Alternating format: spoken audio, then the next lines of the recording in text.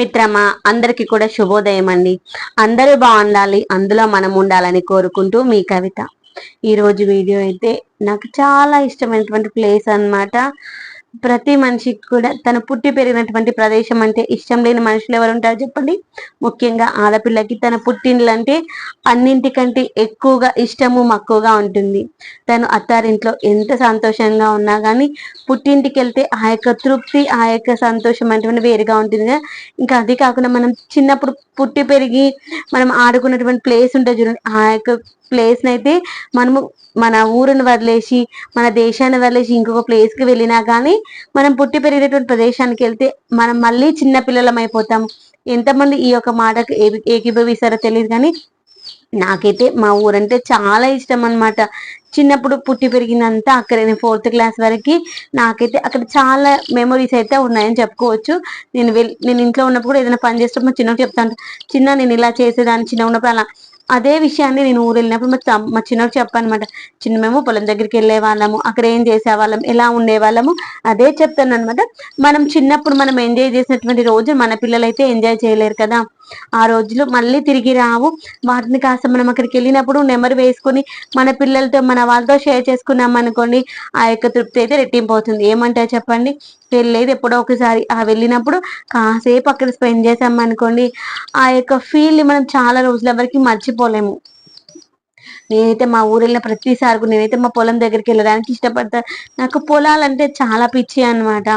అయితే ఊరు వెళ్ళేది ఎప్పుడు ఒకసారి, సంవత్సరానికి ఒక్కసారి 2 సార్లు మాత్రమే వెళ్తాం కదా ఊరు. ఆ ఊరు వెళ్ళినప్పుడు మాత్రం కంపల్సరీ పొలం దగ్గరికి వెళ్తాను, మా ఇంటికి అయితే వెళ్తాను అనమాట. ఎందుకంటే ఊర్లో పొలాలు ఇల్లు ఉంది కానీ అక్కడ ఎవరు ఉండరు అనమాట. అమ్మ వాళ్ళు లేరు, అన్నయ్య వాళ్ళు బయటే ఉంటారు కాబట్టి అక్కడ ఎవరు ఉండరు. కానీ నేను అక్కడికి వెళ్ళి అక్కడ చూసి రావడం అంటే ఇష్టం అనమాట. అందుకని ఈ ఫంక్షన్కి వెళ్ళినా ఒకసారి ఇంటికి వెళ్ళేసి అలా వెళ్ళి చూసేసి వస్తాను. ఇల్లు ఏంటంటే రెంట్కి ఇచ్చేసారనమాట, స్కూల్ కోసం ఇచ్చారు. నేను లాస్ట్ టైం వెళ్ళినప్పుడు చూపించాను మీకు వీడియోలో. అయితే ఈసారి అయితే వెళ్ళింది సండే రోజు అనమాట, కాబట్టి స్కూల్ ఓపెన్ ఉండదు. అక్కడ మా ఊర్లో ఇంటి ముందర మంచి బుర్జులు ఉంటాయి.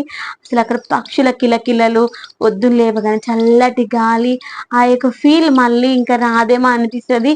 రోజులు మారిపోయామనిపిస్తుంది. ఎంత బాగుండే అసలు. చిన్నప్పుడైతే అందరం ఆడుకుంటూ కల్మషం లేనటువంటి రోజులు కదా మనం చిన్నప్పుడు. ఇప్పుడంతా కూడా కల్మషం అయిపోయాయి.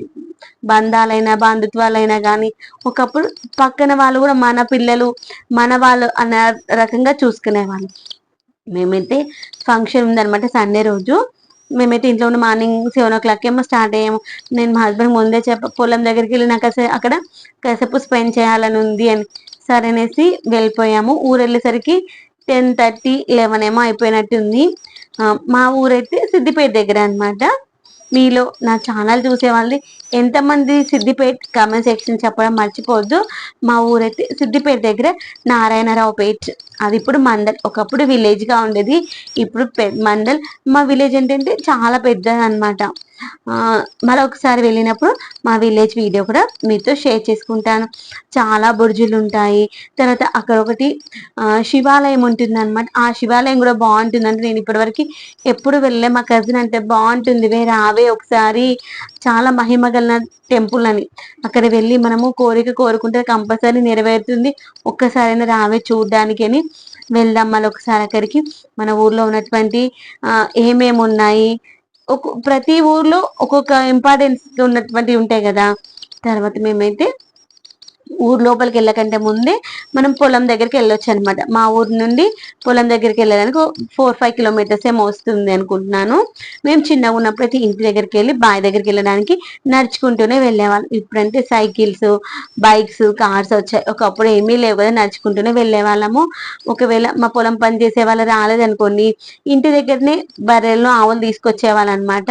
పాలు పిండడానికి. పాలు పిండిన తర్వాత పొద్దున మళ్ళీ వాటికి మేత వేసి తీసుకెళ్లి మళ్ళీ బావి దగ్గర కట్టేసే వాళ్ళము.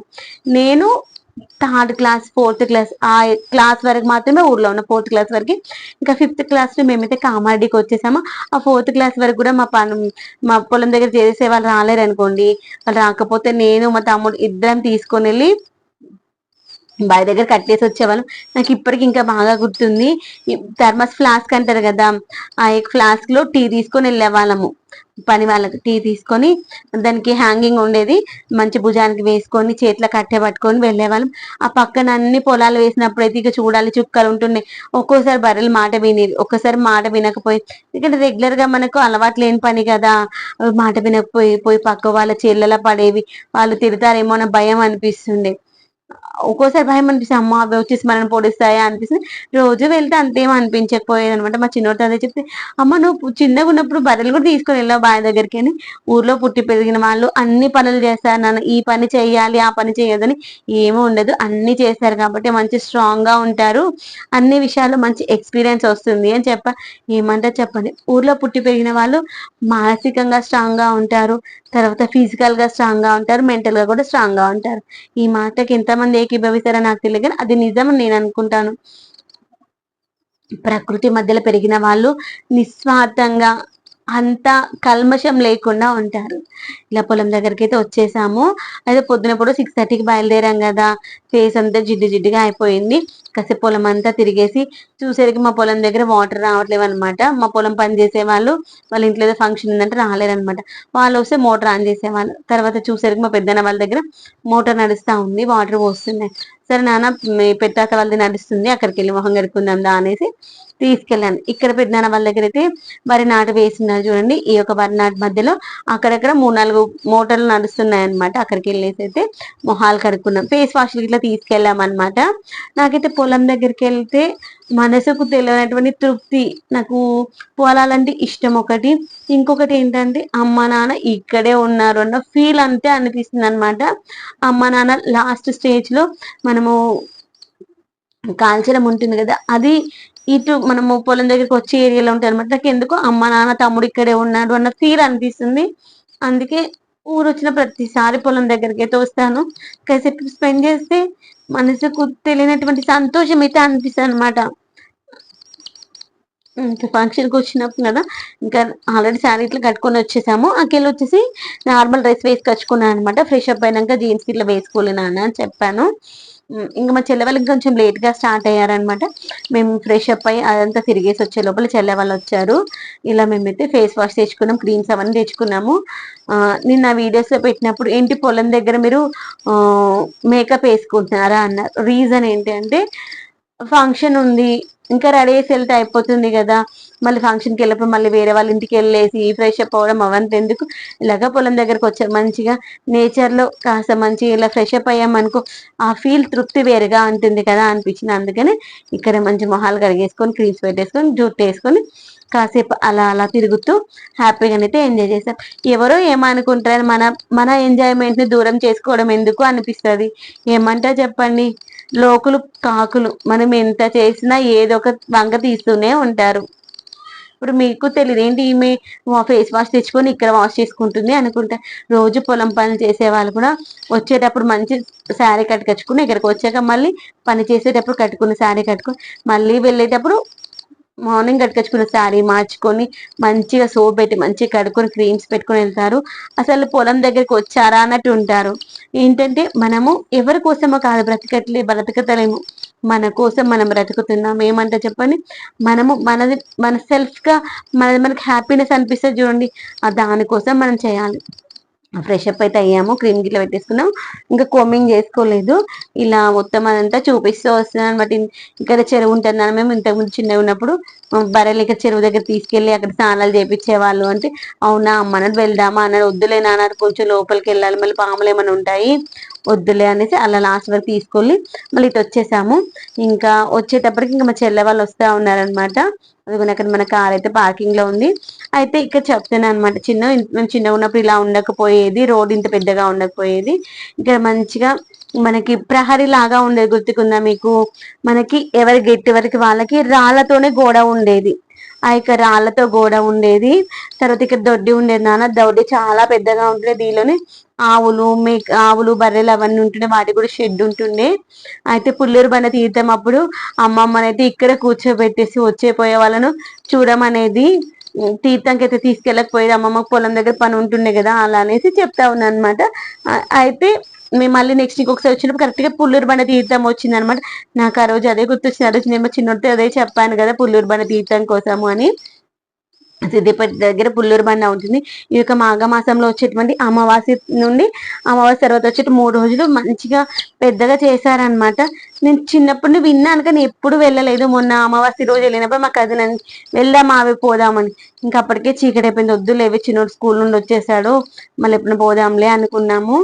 ఆ యొక్క మెమరీస్ కొన్ని కొన్ని మనము ఎప్పుడు లైఫ్ లాంగ్ మర్చిపోలేం కదా. మా చిన్నోడి కంటే చిన్నగా ఉన్నప్పుడు పుల్లూరుపడి తీర్థం రోజు స్కూల్స్ కి హాలిడేస్ ఇచ్చేవాళ్ళు అనమాట. తీర్థంకి వెళ్ళే వాళ్ళందరూ నడుచుకుంటే వెళ్ళే వాళ్ళు ట్రాక్టర్స్ పైన వెళ్ళే వాళ్ళు. అయితే ఇంకా నాన్నేమో గవర్నమెంట్ జాబ్ కదా, గవర్నమెంట్ టీచరు. నాన్న ఇంటి దగ్గర ఏమి ఉండకపోతుంది, 15 days కి ఒకసారి వస్తుంది. అమ్మ ఒకతే కాబట్టి ఇక మేము అక్కడికి అటు ఇటు తిరగాలి అన్న ఇంట్రెస్ట్ ఏమి ఉండకపోతుంది.